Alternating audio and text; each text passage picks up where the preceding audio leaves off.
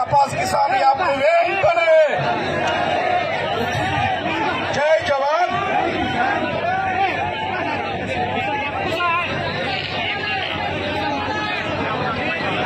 ఇలా కేంద్ర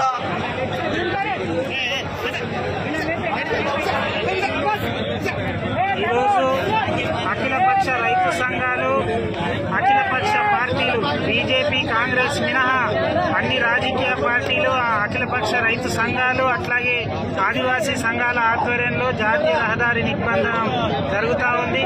ముఖ్యంగా కేంద్రంలోని బీజేపీ ప్రభుత్వము పత్తి రైతులను పూర్తిగా మోసం చేసే విధంగా పత్తి రైతులను పూర్తిగా చేసే విధంగా విధానాలు అవలంబించడం అనేది జరుగుతూ ఉంది. కేంద్రంలోని బీజేపీ ప్రభుత్వము ఏదైతే పత్తి దిగుమతి మీద 11% ఉన్నటువంటి పన్నుని రద్దు చేయడము, విదేశాల పత్తిని దిగుమతి చేసుకోవడం ద్వారా దేశంలో ఉన్న పత్తి రైతులందరికీ కూడా తీవ్రమైన నష్టం జరగబోతా ఉన్నది.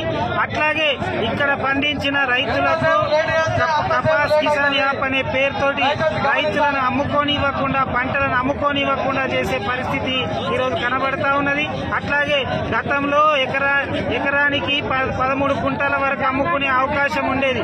కానీ బీజేపీ ప్రభుత్వము దాన్ని 7 కుంటలకు విధించడం అనేది తీవ్రంగా అన్యాయం జరుగుతుంది. ఇక్కడ నల్లమట్టి భూములు ఉన్నాయి, మంచి భూములు ఉన్నాయి. ఒక ఎకరానికి 15 నుంచి 20 కుంటల వరకు పత్తి పండే అవకాశం ఉన్న భూములు ఉన్నాయి. కాబట్టి ఆ రైతుల గురించి ప్రభుత్వం ఆలోచించాలా. అలాగే గతంలో ఎన్నడూ లేని విధంగా ఈసారి తేమ పేరుతోటి పత్తి కొనుగోళ్లను తీసుకోవట్లేదు. తేమ శాతం 12 లోపు ఉండాలనే దాని గురించి రైతుల కొర్రీలు పెట్టి పంట అమ్ముకునే పరిస్థితి లేకుండా చేస్తున్నారు. కాబట్టి తేమ శాతం 20% వరకు సడలించి అమ్ముకునే అవకాశం కల్పించాలని ఈ సందర్భంగా మేము డిమాండ్ చేస్తా ఉన్నాం. అట్లాగే తీవ్రమైన తుఫాను వల్ల అట్లాగే వర్షాల వల్ల రైతులు తీవ్ర ఇబ్బందులు పడ్డారు. వాళ్ళ పంట మొత్తం నష్టపోయింది. ఆదిలాబాద్ జిల్లాలో చలి తీవ్రత బాగా ఎక్కువ ఉంటది. ఇక్కడ చలి తీవ్రత ఎక్కువతోటి పత్తి తేమ శాతం కూడా పెరిగి ఉంటది. కాబట్టి ప్రభుత్వం దీని గురించి ఆలోచించాలా. అట్లాగే ముఖ్యంగా బీజేపీ ప్రభుత్వం గతంలో రైతులకి కూడా అమలు చేయాలా.